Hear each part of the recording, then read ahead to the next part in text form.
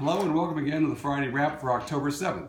I can't believe this is the 177th edition of the Friday Wrap. Always, of course, in print and almost all the time in video, as well as pictures.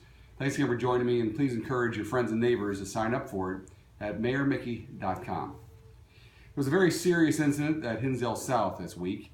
The headlines of the Chicago Tribune read, "Student with guns, explosives made threat at Hinsdale South, authorities allege." A teenager found with firearms, explosives, and a Nazi uniform, who authorities said threatened a South accost at Hinsdale South High School in Darien, was in custody Wednesday, charged with several crimes. The 16-year-old student at the school has been charged with 8 felonies, 6 involving weapons.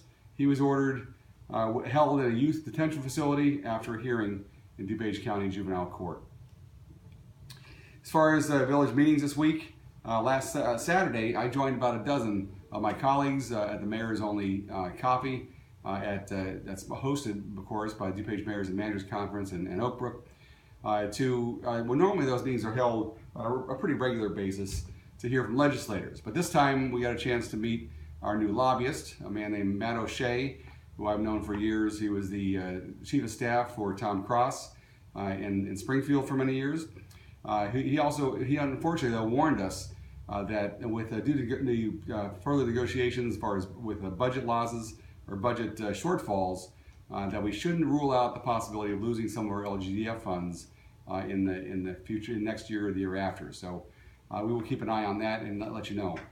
We also heard from DuPage Convention and Visitors Bureau representatives who informed us that tourism and conventioning is actually down in DuPage County, but up in Cook County. One of their suggestions was to increase the size of their agency, as well by increasing adding a visitor's tax or something like that that's similar to what Cook County does.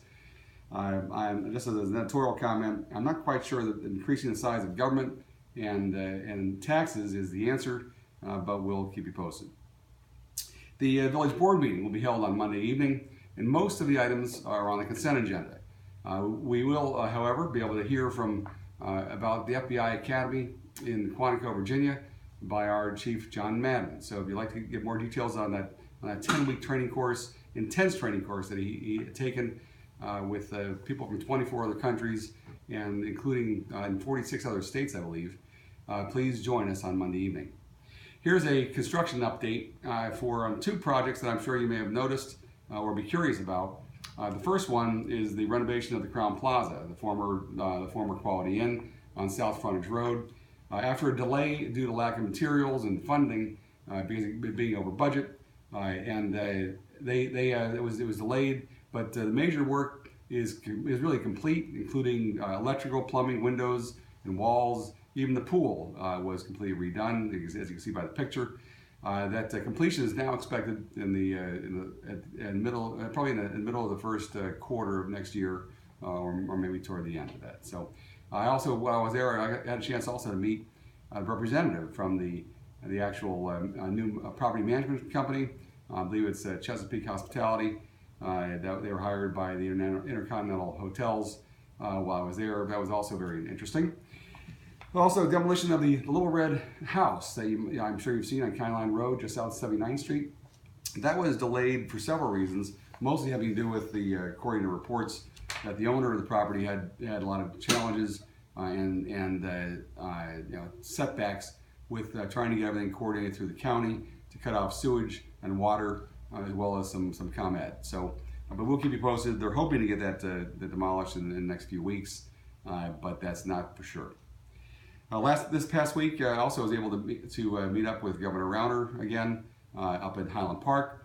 On Wednesday, there was a special news conference which he attended that was hosted by the Job Creators Network, which came through Illinois this week. They are strictly focused on empowering individuals through basic public policy education, and it appears they also do so by helping empowering small businesses, as well as through some pro-business legislation. I saw CBS and WGN news trucks, and I don't know, probably 40 to 50 people are there. Very intriguing, good to see him again. He even had a selfie again, though his arms are longer, so he usually takes that one. So Well, thanks again for joining me for the Friday wrap. Hope you have a great weekend, and we will keep you posted on the matters at Hinsdale South in the coming weeks. If not, even midweek, if we get some information. Thanks again for joining me.